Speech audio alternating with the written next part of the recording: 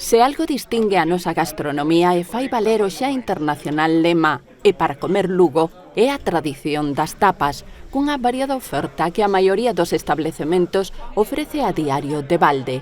Para acadar o seu debido recoñecemento, a Asociación Provincial de Hostalería e Turismo de Lugo sumábase este ano por vez primeira ao Día Mundial da Tapa. O seu afán é dobre.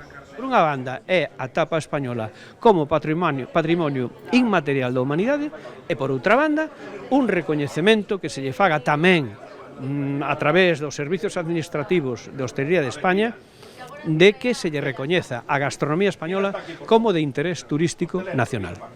Unha valoración que compartiu o deputado de Promoción Económica e Social Pablo Rivera, quen participou canda o alcalde de Lugo na degustación de tapas na taberna de Daniel, un dos establecementos adheridos á Asociación de Hostalería. A gastronomía é un dos elementos diferenciais da nosa cultura e que nos fai ser diferentes ao resto de provincias de España.